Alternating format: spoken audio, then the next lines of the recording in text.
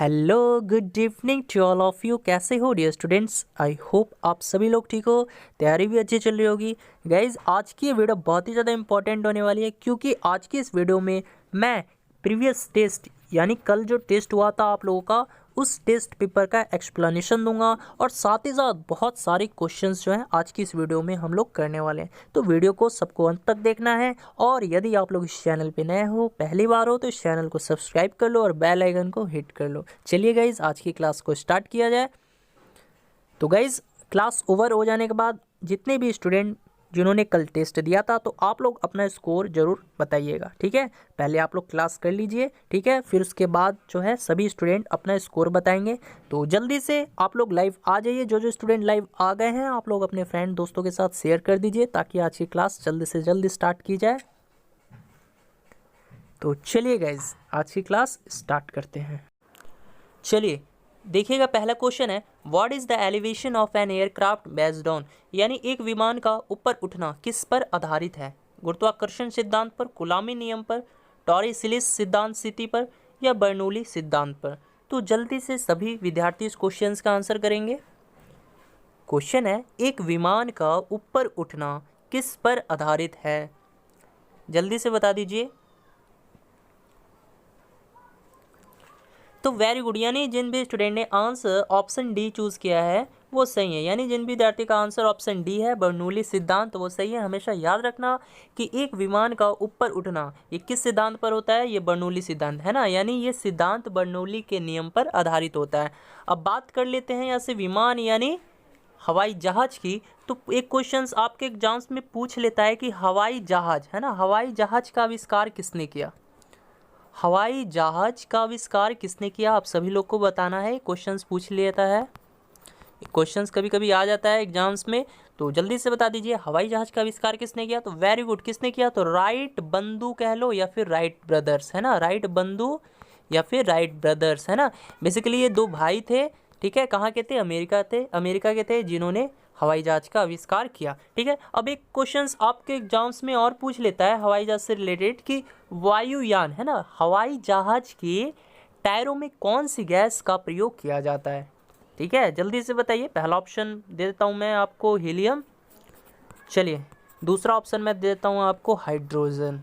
तो जल्दी से बता दीजिए प्यारे बच्चों, वायुयान के टायरों में किस गैस का प्रयोग किया जाता है?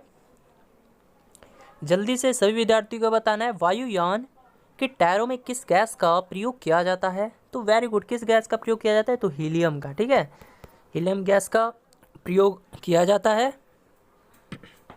चलिए देख लेते हैं नेक्स्ट क्वेश्चन। आपसे ये पूछ लेता है गुरुत्वाकर्षण, है ना, गुरुत्वाकर्षण का सिद्धांत किसने दिया? जल्दी से बताइए। एक क्वेश्चन पूछ लेता है आपके एग्जाम्स में, गुरुत्वाकर्षण का नियम किसने दिया या गुरुत्वाकर्षण का सिद्धांत किसने दिया? तो वेरी गुड, किसने दिया? तो न्यूटन ने, है ना, ये चीज़ याद रखना, न्यूटन, ठीक है। अब एक क्वेश्चन आपके एग्जाम्स में ये भी पूछ लिया जाता है कि गुरुत्वाकर्षण से रिलेटेड क्या पूछ लिया जाता है कि स्मॉल जी का मान कितना होता है? ये तो सबको पता है ना, 9.8 मीटर पर सेकेंड स्क्वायर होता है, वो सबको मालूम है ना।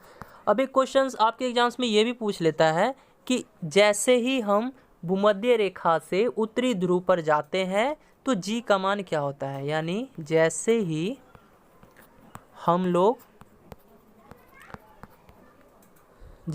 हम लोग भूमध्य रेखा से, ठीक है, इस तरह समझो, जैसे ही मान लो ये अर्थ हो गया, ठीक है, और ये आपका क्या हो गया?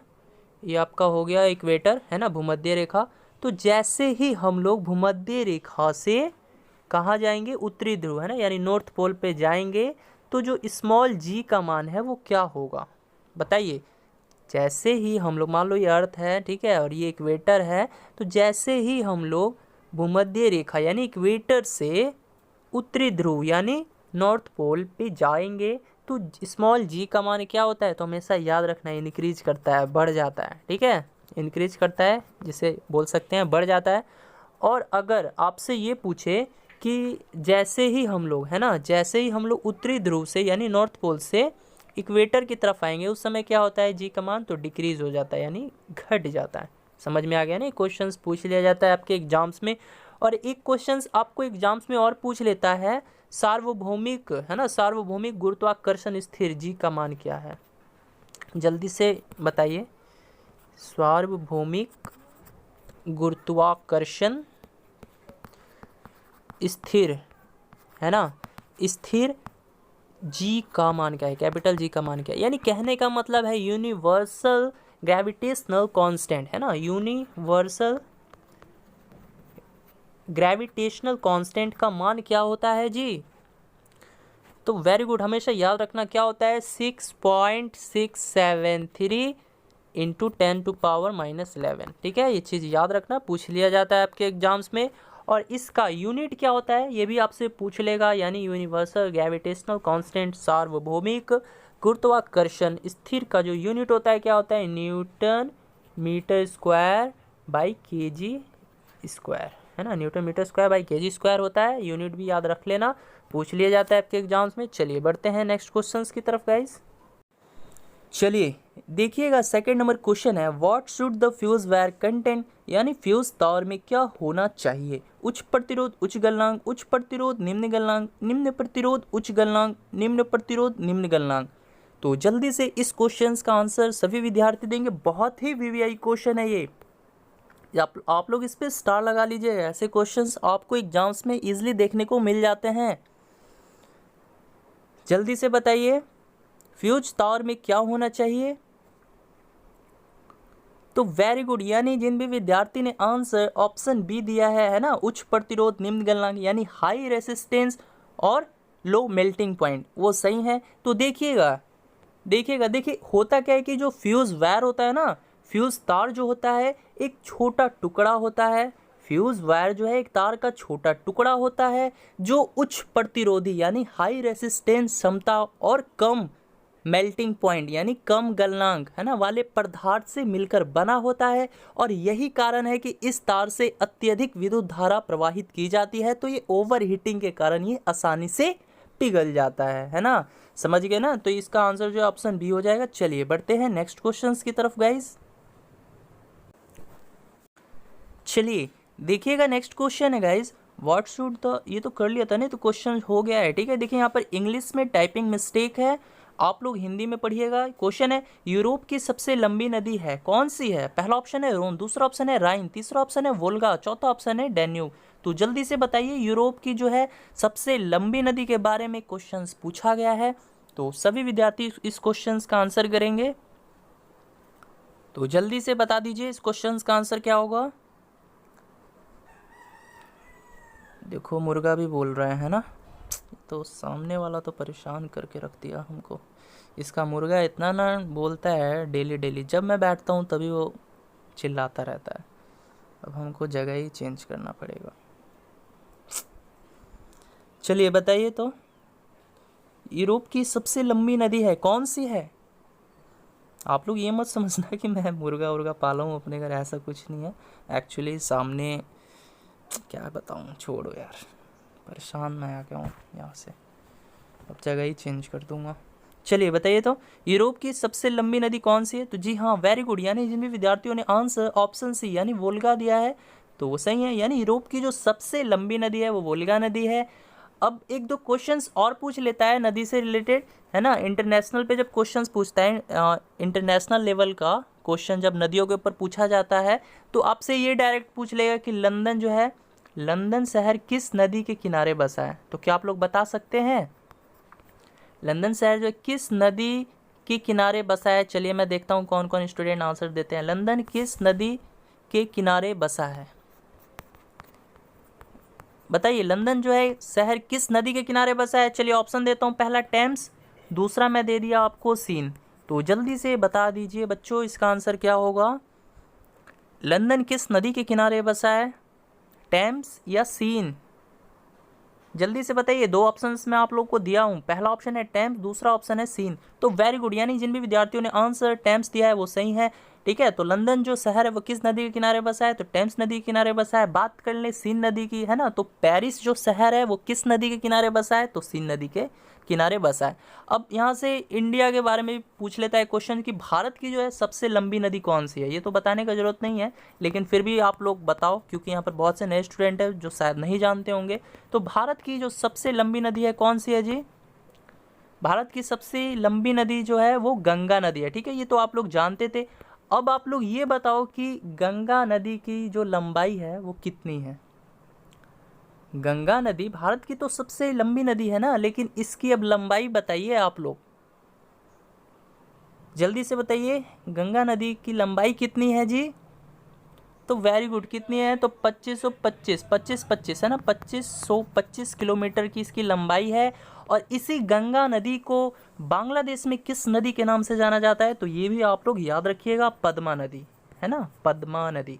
ठीक है, चलिए यहाँ से इतने क्वेश्चंस बन सकते थे जो मैंने आप लोग को बताया। चलिए बढ़ते हैं नेक्स्ट क्वेश्चंस की तरफ गाइज। चलिए देखिएगा, नेक्स्ट क्वेश्चन है, when A national emergency is declared which of the flowing remains suspended, यानी जब राष्ट्रीय आपात स्थिति घोषित की जाती है तो निम्नलिखित में से क्या निलंबित रहता है। पहला ऑप्शन है राज्य नीति के निर्देशक सिद्धांत, दूसरा ऑप्शन है न्यायपालिका, तीसरा ऑप्शन है मूल कर्तव्य, चौथा ऑप्शन है मूल अधिकार। तो जल्दी से बता दीजिए प्यारे बच्चों इस क्वेश्चन का आंसर क्या होगा। बहुत ही वीवीआई क्वेश्चन है, मैं आपको बताऊंगा कि ये इंपॉर्टेंट क्यों हो जाता है आप लोगों के लिए। ठीक है, पहले आप लोग इसका आंसर कीजिए। तो वेरी गुड, यानी जिन भी विद्यार्थियों ने आंसर ऑप्शन डी दिया है मूल अधिकार, है ना, वो सही है। तो याद रखिएगा कि जब भी राष्ट्रीय आपातकाल के दौरान, यानी राष्ट्रीय आपातकाल के दौरान भारतीय नागरिकों के कई मौलिक अधिकारों को निलंबित किया जा सकता है। ठीक है, तो आंसर जो है वो ऑप्शन डी हो जाएगा। मौलिक अधिकार का मतलब मूल अधिकार ही होता है। अब बात कर लेते हैं, एक क्वेश्चन और पूछ लेता है आपके एग्जाम्स में, राष्ट्रीय, है ना, राष्ट्रीय आपातकाल किस अनुच्छेद से संबंधित है, तो क्या आप लोग बता सकते हैं। चलिए मैं देखना चाहूंगा कि कितने स्टूडेंट बता सकते हैं राष्ट्रीय आपातकाल किस अनुच्छेद से संबंधित है। मैं यही देख रहा हूँ कितने स्टूडेंट इस क्वेश्चन का राइट आंसर करेंगे। राष्ट्रीय आपातकाल जो है किस अनुच्छेद से संबंधित है, किस आर्टिकल से संबंधित है। नेशनल इमरजेंसी आपको बताना है, राष्ट्रीय आपातकाल किस अनुच्छेद से संबंधित है। चलिए ऑप्शन दे दूं, चलिए ऑप्शन मैं दे देता हूं आप लोगों को। पहला ऑप्शन है 352, अनुच्छेद 352, दूसरा ऑप्शन है अनुच्छेद 356, तीसरा ऑप्शन है अनुच्छेद 360। तो जल्दी से बताइएगा राष्ट्रीय आपातकाल किस अनुच्छेद से संबंधित है। अनुच्छेद 352 से, अनुच्छेद 356 से, अनुच्छेद 360 से। तीन ऑप्शंस में आप लोगों के सामने दे दिया हूं, तो जल्दी से इस क्वेश्चन का आंसर कीजिएगा। तो वेरी गुड, यानी जिन भी स्टूडेंट ने आंसर अनुच्छेद 352 दिया है वो सही है। तो याद रखिएगा राष्ट्रीय आपातकाल, है ना, किस अनुच्छेद से संबंधित है, तो अनुच्छेद 352 से। अब बात कर लेते हैं हम लोग अनुच्छेद 356 की। तो याद रखिएगा राज्य आपातकाल, है ना, राज्य आपातकाल किस अनुच्छेद से संबंधित है, यानी राष्ट्रपति शासन किस अनुच्छेद के तहत लगता है, तो याद रखिएगा 356 के तहत, है ना। देखिए राज्य आपातकाल की स्थिति आती है ना, तो किस अनुच्छेद से संबंधित है ये, तो 356, है ना। इसी को हम लोग राष्ट्रपति शासन भी कहते हैं। बात कर लें अनुच्छेद 360 की, तो ये जो है वित्तीय आपातकाल से संबंधित है ना। अनुच्छेद 360 जो है वित्तीय आपातकाल से संबंधित है। क्वेश्चन ये पूछ लेगा आपसे कि वित्तीय आपातकाल किस अनुच्छेद से संबंधित है, तो आंसर क्या दीजिएगा, अनुच्छेद 360 से। ठीक है, याद रखना संविधान में 3 प्रकार की आपात स्थितियां हैं, है ना। संविधान में 3 प्रकार की आपात स्थितियां हैं। कौन सी, अनुच्छेद 352 जो कि किस चीज से संबंधित है, राष्ट्रीय आपातकाल, है ना। और बात करें 356 की, तो अभी मैं बताया राज्य आपातकाल, है ना, या इसे राष्ट्रपति शासन कहते हैं, ये अनुच्छेद 356 से संबंधित है। और अभी मैं बताया 360 जो अनुच्छेद 360 है वो वित्तीय आपातकाल से संबंधित है। ठीक है, तो याद रखना ये क्वेश्चन यहाँ से बहुत ही इंपॉर्टेंट हो जाते हैं, आपके एग्जाम्स में डायरेक्टली पूछे जा सकते हैं। अब एक क्वेश्चन और पूछ लेता है आपसे कि राज्य के नीति निर्देशक सिद्धांत ये किस देश से लिया गया है, तो याद रखना आयरलैंड, है ना, आयरलैंड देश से लिया गया है। ठीक है, और यदि मैं आप लोगों से पूछूं मूल अधिकार फंडामेंटल राइट्स ये किस देश से लिया गया है, जल्दी से बताइए। मैं बता भी चुका हूं आप लोगों को, लेकिन मैं इस वीडियो में फिर से पूछ रहा हूं। मैं देखना चाहता हूं कि कितने स्टूडेंट ने रिवीजन किया है जो कि इसका राइट आंसर देंगे। चलिए बताइए तो, मूल अधिकार किस देश से लिया गया है जी? मौलिक अधिकार किस देश से लिया गया है? तो वेरी गुड, किस देश से लिया गया है जी? तो अमेरिका, है ना। अमेरिका की खोज किसने की? तो कोलंबस ने की, सभी को पता है। बात कर लेते हैं मूल कर्तव्य की, तो ये भी आपको बताना है। मूल कर्तव्य ये किस देश से लिया गया है? जल्दी से बताइए। मौलिक कर्तव्य जो है किस देश से लिया गया है? मौलिक कर्तव्य यानी मूल कर्तव्य किस देश की संविधान से लिया गया है? तो याद रखिएगा, रूस, है ना। वेरी गुड, रूस। समझ में आ गया ना। तो देखो गाइस, इस क्वेश्चन से इतने फैक्ट्स बन सकते थे जो मैंने आप लोगों को बताया। यदि वीडियो पसंद आ रही है तो इस वीडियो को लाइक कर देना और वीडियो को शेयर भी कर देना। चलिए बढ़ते हैं नेक्स्ट क्वेश्चन की तरफ। चलिए नेक्स्ट क्वेश्चन देखिएगा, who acts as the chairman of the National Development Council, है ना। यानी क्वेश्चन है, राष्ट्रीय विकास परिषद के अध्यक्ष के रूप में कौन कार्य करता है? बताइए, राष्ट्रीय विकास परिषद के अध्यक्ष के रूप में कौन कार्य करता है? पहला ऑप्शन है योजना राज्य मंत्री, प्रधानमंत्री, योजना मंत्री या योजना आयोग का सचिव। बहुत ही वीवीआई क्वेश्चन है, आप सभी लोग को इसका राइट आंसर देना है। तो जल्दी से बताइए, जल्दी से बताइए, राष्ट्रीय विकास परिषद के अध्यक्ष के रूप में कौन कार्य करता है? तो वेरी गुड, याद रखिएगा, है ना। इसका जो आंसर होगा, यानी जिन भी विद्यार्थियों ने आंसर ऑप्शन बी दिया है प्रधानमंत्री, वो सही है। तो राष्ट्रीय विकास परिषद यानी नेशनल डेवलपमेंट काउंसिल की अध्यक्षता जो है वो प्रधानमंत्री के द्वारा होती है। ठीक है, इस चीज़ को याद रखना। अब एक क्वेश्चन और आपके एग्जाम्स में पूछ लेता है, योजना आयोग, है ना। योजना आयोग के अध्यक्ष कौन होते हैं? योजना आयोग का अध्यक्ष कौन होता है? जल्दी से बताइए तो, योजना आयोग का अध्यक्ष कौन होता है? सभी विद्यार्थियों को बताना है। तो वेरी गुड, कौन होता है जी? योजना आयोग का अध्यक्ष जो है प्रधानमंत्री ही होते हैं, है ना। प्रधानमंत्री, योजना आयोग के अध्यक्ष कौन होते हैं? तो प्रधानमंत्री होते हैं। बहुत ही वीवीआई क्वेश्चन है, इसको भी आप लोग स्टार्ट कर लीजिएगा। चलिए बढ़ते हैं नेक्स्ट क्वेश्चन की तरफ। चलिए देखिएगा, नेक्स्ट क्वेश्चन है, when was the first battle of Panipat, यानी पानीपत का प्रथम युद्ध कब हुआ था? 1761 में, 1526 में, 1857 में, 1556 में। सभी विद्यार्थियों को इसका राइट आंसर देना है। बहुत ही सिंपल सा क्वेश्चन है ये, आई होप किसी का भी गलत नहीं होगा। आप लोग इसका राइट आंसर दीजिए। तो वेरी गुड, यानी जिन भी विद्यार्थियों ने आंसर ऑप्शन बी दिया है 1526 वो सही है। चलिए यहाँ तक तो आपने बता दिया ना कि पानीपत का प्रथम युद्ध कब हुआ था। अब ये भी आप लोग बता दीजिए, पानीपत का प्रथम युद्ध किनके बीच लड़ा गया था? पानीपत का प्रथम युद्ध जो है किसके बीच लड़ा गया था, ये भी बता दीजिए। पानीपत का प्रथम युद्ध किसके बीच लड़ा गया था जी? तो याद रखिएगा, वेरी गुड, यानी जिन भी स्टूडेंट ने बाबर और लोदी आंसर दिया है, ठीक है, बाबर और लोदी वो सही है। तो याद रखिएगा, पानीपत का जो प्रथम युद्ध हुआ था वो बाबर और लोदी के बीच लड़ा गया था। ठीक है, किसके बीच? बाबर और लोदी। ठीक है, चलिए यहाँ तक तो जान गए ना आप लोग। देखिए, बाबर और लोदी के बीच लड़ा गया था। अब एक क्वेश्चन आप लोग ये जान लीजिए, ये भी पूछा जा सकता है कि पानीपत का जो द्वितीय युद्ध हुआ था, ठीक है, यहाँ पर पानीपत का प्रथम युद्ध ना देके द्वितीय युद्ध भी पूछ सकता था आपसे, तब आप लोग आंसर क्या देते? तो याद रखना, पानीपत का जो द्वितीय युद्ध हुआ था वो 1556 में हुआ था। और ये किन के बीच लड़ा गया था? तो याद रखना, ये अकबर और हेमू के बीच लड़ा गया था। ठीक है, अकबर और हेमू के बीच लड़ा गया था। ठीक है, चलिए अब एक आप बता दीजिए, जो पानीपत का तृतीय युद्ध हुआ था वो कब हुआ था और किन के बीच लड़ा गया था? ठीक है, तो बता दीजिए, पानीपत का तृतीय युद्ध, पानीपत का तृतीय युद्ध कब हुआ था और किन के बीच लड़ा गया था, ये आपको बताना है। जल्दी बताइए, पानीपत का तृतीय युद्ध कब हुआ था? जल्दी बताइए। वेरी गुड, कब हुआ था? तो 1761 में, है ना। ये किसके बीच लड़ा गया था गाइज? ये भी आपको याद रखना है, अहमद शाह अब्दाली और मराठा के बीच में। ठीक है, अहमद शाह और मराठा के बीच में ये युद्ध लड़ा गया था। कौन सा? पानीपत का तृतीय युद्ध, जो कि 1761 में लड़ा गया था। ठीक है, अब यहाँ से दो युद्ध के बारे में और पूछ लेता है, बक्सर का युद्ध, ठीक है, बक्सर का युद्ध और एक हल्दी घाटी का युद्ध पूछ लेता है आपसे। क्या आप लोग बता सकते हैं? क्या आप लोग बता सकते हैं बक्सर का युद्ध कब लड़ा गया था और हल्दी घाटी का युद्ध कब लड़ा गया था? तो याद रखिएगा बक्सर का जो युद्ध है, वेरी गुड, कब लड़ा गया था? तो 1764 ईस्वी में लड़ा गया था। वही हम बात करें हल्दी घाटी का युद्ध, तो ये 1576 में लड़ा गया था। ठीक है, याद कर लेना, बहुत ही वीवीआई क्वेश्चन है, पूछ लिए जाते हैं डायरेक्टली। चलिए बढ़ते हैं नेक्स्ट क्वेश्चन की तरफ। चलिए देखिएगा, नेक्स्ट क्वेश्चन है choose the opposite meaning of the words, यानी आपको यहाँ पर अपोजिट मीनिंग यानी एंटोनिम्स बताना है। शब्द जो है वो दिया हुआ है वेनरेट, है ना। वेनरेट का मतलब क्या होता है पहले आपको ये मालूम होना चाहिए। तो वेनरेट का मतलब होता है गाइज, याद रखना, आदर देना, है ना, आदर देना, सम्मान देना, किसी को रिस्पेक्ट देना, है ना। तो अब बताइए इसका अपोजिट मीनिंग क्या हो जाएगा? क्या अल्टर होगा? जी बिल्कुल नहीं। अल्टर का मतलब क्या होता है? तो अल्टर का मतलब होता है बदलना, है ना, परिवर्तन कर देना किसी चीज़ में, तो ये तो होगा नहीं। बात करें रिवर्स, रिवर्स होगा? जी बिल्कुल नहीं। रिवर्स का मतलब क्या होता है? उल्टा, है ना, तो ये भी नहीं होगा। वीर होगा? तो वीर भी नहीं होगा। वीर का मतलब भी होता है बदलना, घुमाना, है ना।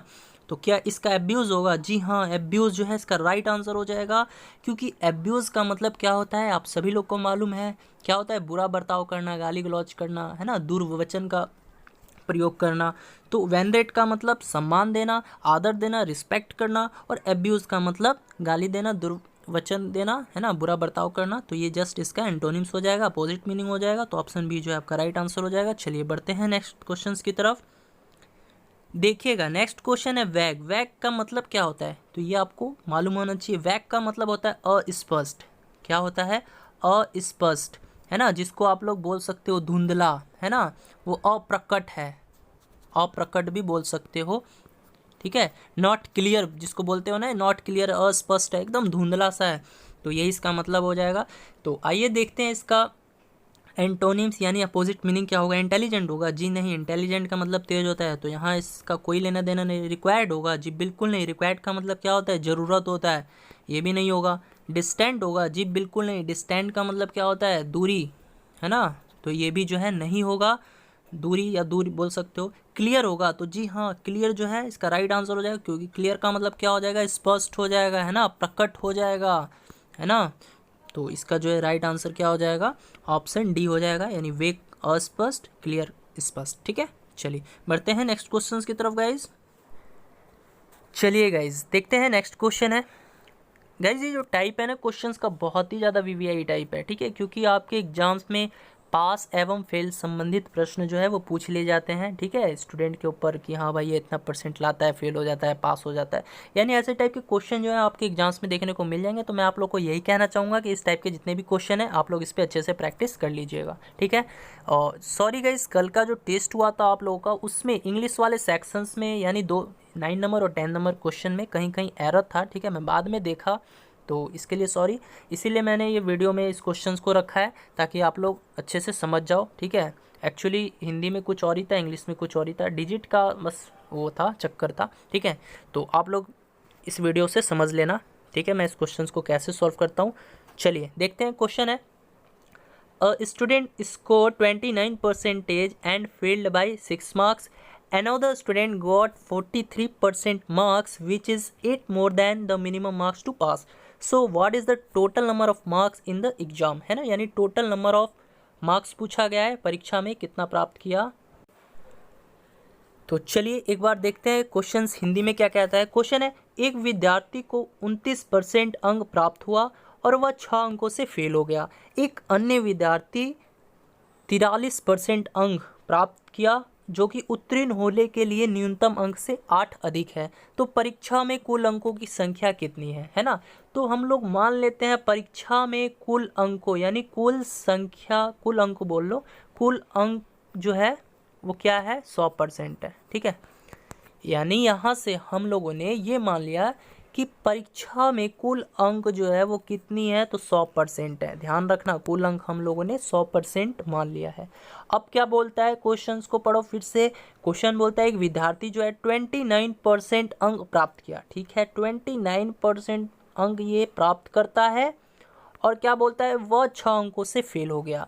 यानी 6 अंकों से फेल हो गया, यानी उस बेचारे का 6 अंक और आता तो वो पास हो जाता। तो ध्यान से देखना, ये जो है पास हो गया।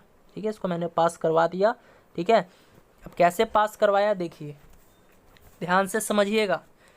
देखिए, एक विद्यार्थी को 29% अंक प्राप्त हुआ और वह 6 अंकों से फेल हो गया। तो 29% आया और 6 अंकों से फेल हो गया था, लेकिन मैं यहाँ पर +6 लिख दिया तो इसका मतलब ये पास हो गया है ना। अब ये वाला पास हो गया, फिर ये बराबर आओ अब दूसरे विद्यार्थी के ऊपर। ये क्या करता है, इसका जो मार्क्स है ना, एक अन्य विद्यार्थी को 43% अंक प्राप्त हुए, इसको जो है 43% अंक प्राप्त हुए, जो कि उत्तीर्ण होने के लिए न्यूनतम अंक से 8 अधिक है। यानी ये उत्तीर्ण होने के लिए जितना अंक चाहिए होता है ना, उससे 8 अधिक प्राप्त करता है। तो कहने का मतलब इसका 8 ज़्यादा है। अगर 8 कम भी आता तो भी पास हो जाता, तो यहाँ पर -8 कर देंगे। तो यहाँ से ये भी पास हो गया और ये भी पास हो गया, अब दोनों खुश हो गए है ना। तो इक्वेशन भी बराबर हो गया, अब हम लोग का क्वेश्चन बन जाएगा। तो देखिए 43 में से आप लोग 29 को घटा लीजिए, क्योंकि 43 इधर आएगा तो घट जाएगा। तो 43 में से 29 को घटाइएगा तो कितना आ जाएगा, 14% आ जाएगा। ठीक है, 14% आ जाएगा। और ये फिर 6 उधर जाएगा तो 8 से 14 हो जाएगा, तो 14 हो गया। तो यहाँ से 14 कट गया, तो 1% बराबर कितना आ गया, 1 आ गया है ना। तो 1% का वैल्यू 1 आ गया। तो अब यहाँ पर देखिए 100% है, यानी 1% का वैल्यू 1 है, तो गुने 1 कर दीजिए। तो अब नहीं निकल गया कुल अंक, परीक्षा में कुल अंकों की संख्या कितनी होगी, तो 100 होगी। सिंपल आंसर है ना, सिंपल क्वेश्चन है, समझ में आ गया ना। चलिए बढ़ते हैं नेक्स्ट क्वेश्चन की तरफ। चलिए देखिएगा, नेक्स्ट क्वेश्चन है, in an examination 80% student passed in English, 85% student pass in mathematics and 75% passed in both subjects. If 40 student remain unsuccessfully in both the subjects, then the give the total number of student. यानी यहाँ पर विद्यार्थियों की कुल संख्या क्या होगी, वही हमको निकालना है। ठीक है, क्वेश्चन को एक बार हिंदी में भी रीड कर लेते हैं। क्वेश्चन है, किसी परीक्षा में 80% विद्यार्थी अंग्रेजी में उत्तीर्ण हुए, 85% विद्यार्थी गणित में उत्तीर्ण हुए और 75% विद्यार्थी दोनों विषय में उत्तीर्ण हुए। यदि 40 विद्यार्थियों दोनों विषय में अनुत्तीर्ण रहे, तब विद्यार्थियों की कुल संख्या क्या होगी, है ना। तो सबसे पहले हम लोग विद्यार्थियों की कुल संख्या जो है वो मान लेते हैं 100%। ठीक है, विद्यार्थियों की कुल संख्या जो है हम लोगों ने 100% मान लिया। अब क्वेश्चंस के अकॉर्डिंग चलते हैं। बोलता है कि 80% विद्यार्थी जो है अंग्रेजी में पास हुए, तो मैं यहाँ पर इंग्लिश में बोल दूंगा कितना, 80% विद्यार्थी पास हुआ। इसी तरह मैथ्स में क्या बोलता है जी, देखिए मैथ्स में बोलता है कि गणित में 75% विद्यार्थी पास होते हैं। ठीक है, तो मैंने मैथ में भी 75% लिख दिया। देखिए ये सब पास हो रहे हैं, ठीक है, इस चीज़ को ध्यान रखना है, ये पास, ठीक है, ध्यान रखना है, वो सब पास हो रहे हैं। ठीक है, यानी पास में लिख देता हूँ, पी से पास समझ लेना। ठीक है, अब क्या बोलता है, 75%। हो गलत हो गया ना। देखिए यहाँ पर इंग्लिश में बोल रहा था 80% विद्यार्थी पास होते हैं, यानी इंग्लिश में 80% विद्यार्थी पास होते हैं। गणित में 85% बोला है ना, मैथ में 85% बोला है, यानी 85% विद्यार्थी गणित में उत्तीर्ण होते हैं, यानी पास होते हैं। ठीक है, और ये 75% जो विद्यार्थी होते हैं ना, ये दोनों विषय में पास होते हैं, यानी इंग्लिश प्लस मैथ दोनों में ये पास होते हैं। कितना, 75%। आ गया ना समझ में। देखिए फिर से मैं समझा देता हूँ। इंग्लिश में 80% विद्यार्थी पास हुए, मैथ में 85% विद्यार्थी पास हुए, इंग्लिश प्लस मैथ दोनों में कितने % विद्यार्थी पास हुए, तो 75% पास हुए। ठीक है, तो यहाँ से आप लोग कुल पास विद्यार्थियों की परसेंटेज निकाल सकते हो, यानी कुल पास कितने विद्यार्थी हुए हैं, कुल उत्तीर्ण होने वाले स्टूडेंटों की प्रतिशत कितना हो जाएगा। तो आप लोग को करना क्या है, इन दोनों में से इन दोनों को जोड़ देना है और इसमें से घटा देना है। ठीक है, तो यहाँ से आप लोग निकाल लोगे कि कुल उत्तीर्ण प्रतिशत, यानी कुल पास प्रतिशत कितने हुए हैं विद्यार्थी। करना क्या है, आपको दोनों को जोड़ देना है, दोनों को जोड़िए तो 165 आ जाएगा और इसमें से घटा लेना है, यानी 75 में से आपको घटा देना है, तो कितना आ जाएगा, 90% आ जाएगा। तो अब आप ही बताइए, अब एक चीज़ आप ही बताइए, 90% आ गया ना ये, तो कुल पास प्रतिशत जो है वो 90% है। तो अब फेल कितना होगा, फेल कितने % हुए होंगे, तो 10 ही % हुए होंगे ना, यानी टोटल विद्यार्थी हम लोगों ने 100% माना है, तो जिसमें से कुल पास परसेंटेज कितना है, 90% आया। तो अब कुल फेल परसेंटेज कितना आ जाएगा जी, तो 10% आ जाएगा ना। कुल फेल प्रतिशत जो है 10% आ गया। तो ये 10% जो है ना गाइस किसके बराबर हो जाएगा, देखिए यदि 40 विद्यार्थी दोनों विषय में अनुत्तीर्ण रहे, यानी फेल हुए, तो ये 10% प्रतिशत में फेल हुआ और संख्या में कितना, 40 बच्चा फेल हुआ, तो ये बराबर हो जाएगा 10% बराबर 40। तो यहाँ से 1% का वैल्यू कितना आ गया, 4 आ गया।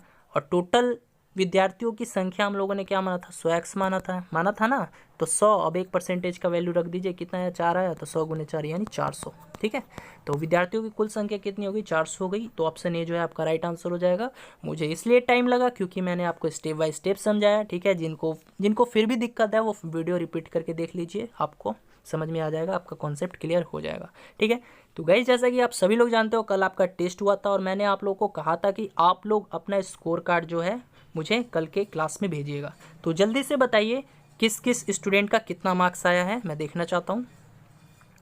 जल्दी से आप लोग बताइए कि आप लोगों ने 10 में से कितना मार्क्स जो है वो प्राप्त किया है। जल्दी से बताइए, सभी विद्यार्थी बताएंगे। मैं देख रहा हूँ कि आप लोगों ने 10 में से कितना मार्क्स प्राप्त किया है। कल का जो टेस्ट हुआ था उसमें 10 में से आपने कितना मार्क्स गेन किया है, मैं देखना चाहता हूँ। जल्दी से बताइए सभी विद्यार्थी। Very good, very good. चलिए, बहुत अच्छी बात है। यानी जिन भी विद्यार्थियों का 7+ मार्क्स आया वो सही है। जिनका 7 से कम आया आप लोग प्लीज़ हार्ड वर्क कीजिए, क्योंकि एग्ज़ाम्स का जो क्वेश्चंस का लेवल होने वाला है एग्ज़ाम्स में वो इसी टाइप का रहने वाला है। ठीक है, एकदम इजी नहीं पूछता है। ठीक है, आपको मालूम होना चाहिए कि आपका जो साइंस है वो मतलब बेसिक पूछेगा ही नहीं, मॉडरेट टू थोड़ा सा लेवल बढ़ा देगा, मॉडरेट टू हाई लेवल का पूछता है।